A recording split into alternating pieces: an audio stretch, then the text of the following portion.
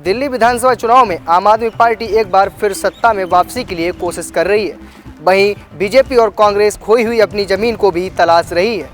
अगर दिल्ली विधानसभा चुनाव में इतिहास के पन्नों को टटोला जाए तो सन 1956 के बाद सन 1993 में पहली बार जब चुनाव हुए तो बीजेपी की प्रचंड जीत हुई और मदन लाल खुराना सीएम बने। मदन लाल खुराना 5 साल के सीएम के दौरान प्रवेश वर्मा के पिताजी सीएम बने और वहीं सुषमा स्वराज भी सीएम बनी।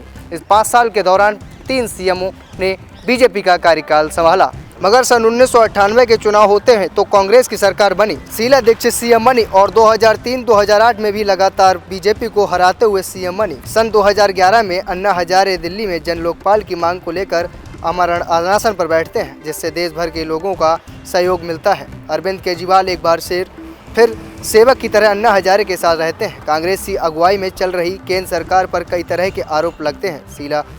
शीला सरकार भी कई तरह के आरोप में घिर जाती हैं। 2 अक्टूबर 2012 को अन्ना हजारे के मना करने के बाद भी अरविंद केजरीवाल एक पार्टी बना लेते हैं और नाम रखते हैं आम आदमी पार्टी। ये वही आम आदमी पार्टी जो दिल्ली में 10 साल से लगातार सत्ता में काबिज है।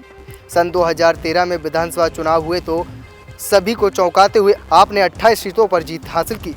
वहीं कांग्रेस 8 और बीजेपी 31 सीटों पर सिमट गई।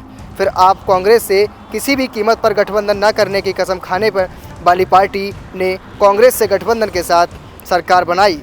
महज 49 दिनों के बाद उन्होंने इस्तीफा भी दे दिया और सरकार गिर गई। फिर 2015 में एक बार फिर लोग विधानसभा चुनाव में बीजेपी को पटकनी देते हुए अरविंद केजरीवाल ने 67 सीटें जीती और फिर सीएम बने। लगातार फिर 2020 के चुनाव में भी 62 सीटें जीतकर बीजेपी को 8 पर समेटकर सीएम बने और लगातार सत्ता पर काबिज रहे। कांग्रेस अपना 2020 के चुनाव में खाता भी नहीं खोल पाई, लेकिन इस बार का चुनाव त्रिकोणीय होते नजर आ रहा है और धर्म की राजनीति चरम पर चल रही है। लेकिन बीजेपी को टक्कर देने वाले केजरीवाल लगातार अपने वादों और इरादों में खरे उतरते दिखाई दे रहे हैं। दिल्ली की जनता के दिल में क्या है ये तो आने वाली तारीख ही बताएगी। कैमरामैन बलविंदर के साथ शेखर उपाध्याय।